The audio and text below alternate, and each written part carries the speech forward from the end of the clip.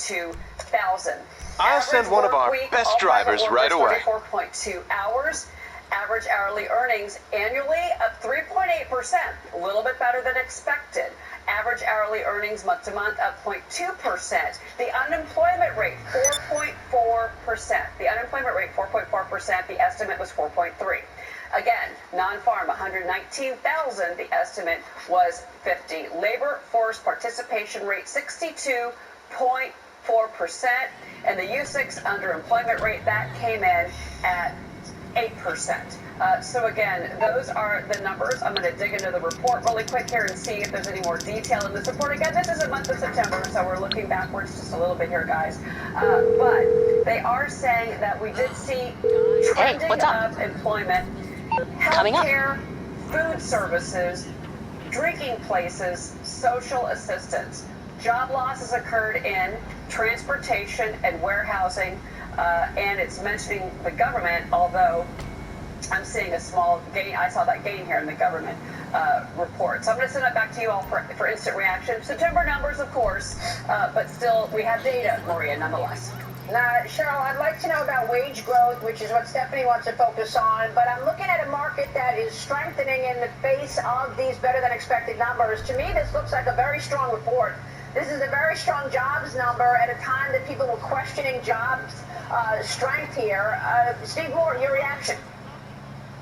Yeah, I agree, and I agree with what Jerry was saying. I think people are underhyped.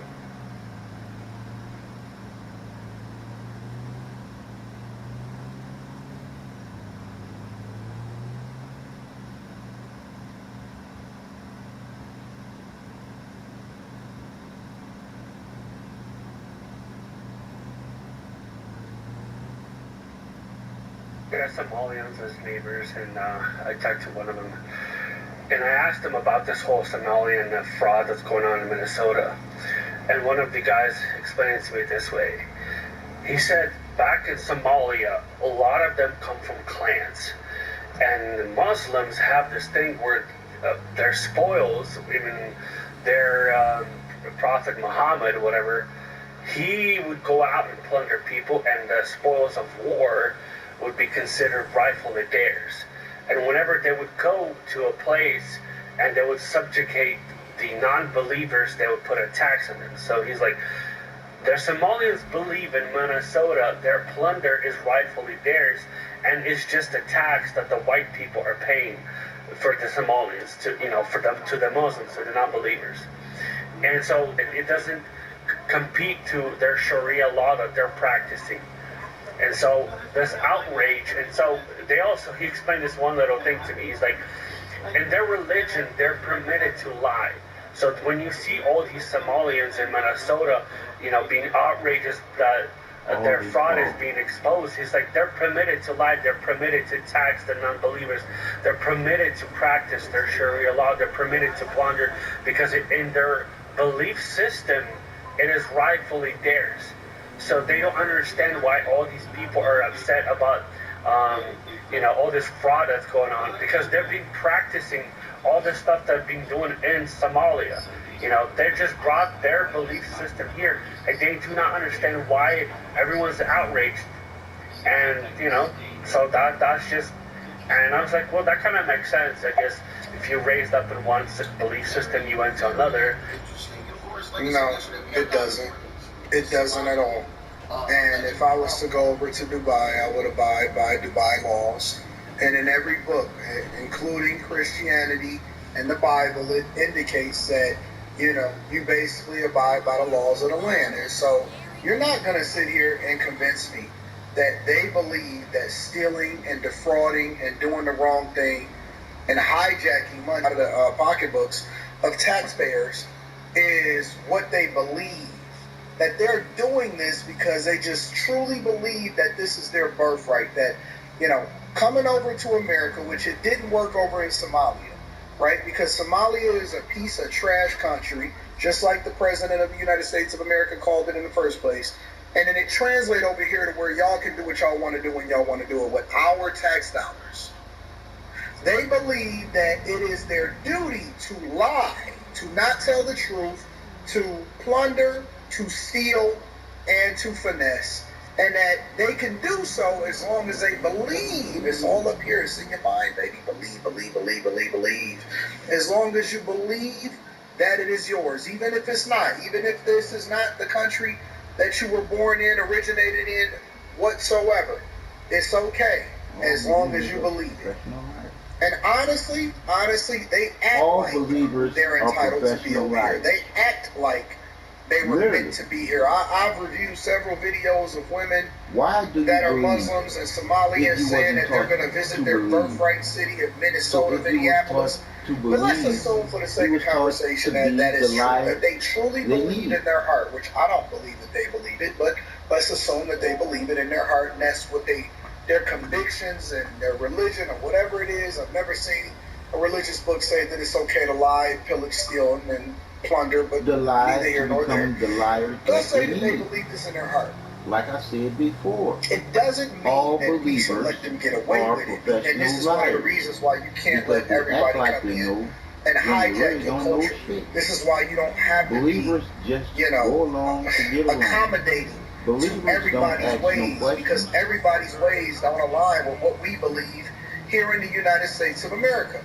And so if we don't at some point stand up and say, this is not what we're doing over here, and you're not going to get away with it, and we need to deport you back to the place that you came from, because this is not the way that we're going to continue to do it. And if all of the white people that they continue to steal from, which it's not just white people, it's everybody that pays taxes here in the United States of America, and if all of them continue to allow for them to do so, Tim Walz, Timmy, Alien Omar came over here and hijacked it, wasn't even born inside the United States of America.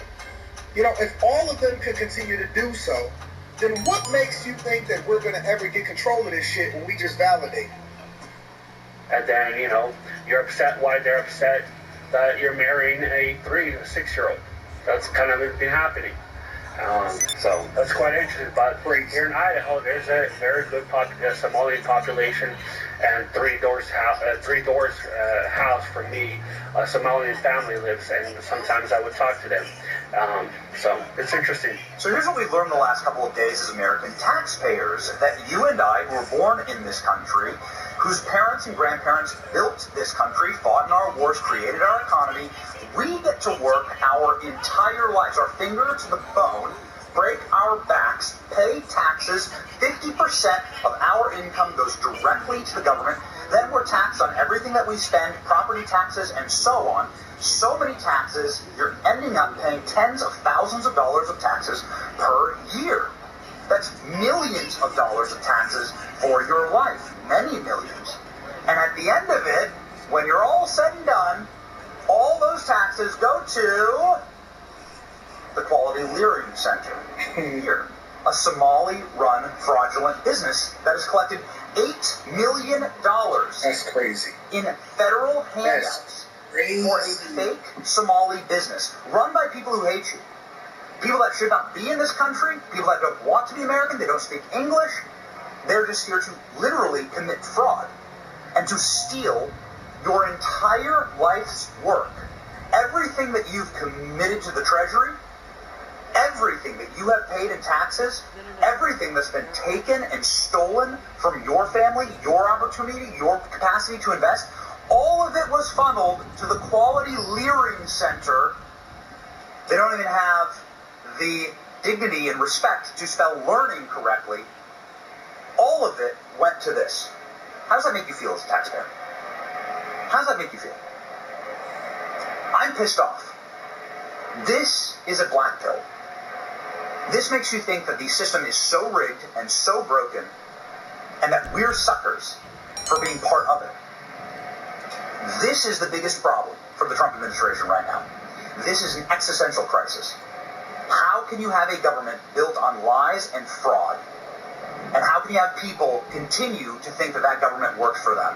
It's not going to go on forever. Action needs to be taken right now against the Quality Leering Center to ensure and to promise Americans that our life's work of paying into the system won't be stolen by some Somali who hates us. That's the question. That's the question. What's the answer? Let me know in the comment section. No, I don't know if that is the question, because it's not just the Quality Lyric Center.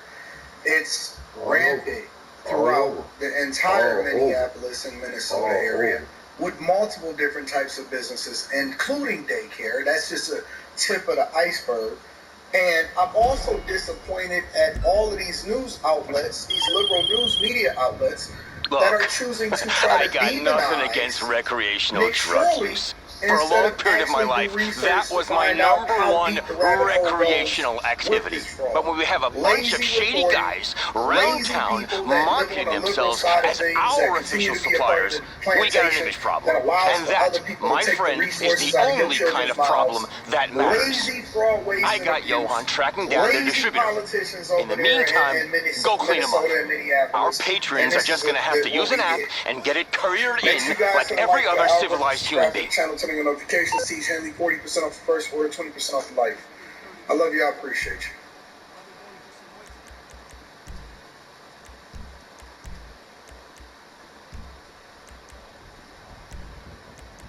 you. Larry, I don't know where you stand on this issue, so maybe we should ask you about Lisa Cook and the Fed. It's a dealer's choice. You could talk about that, or you could talk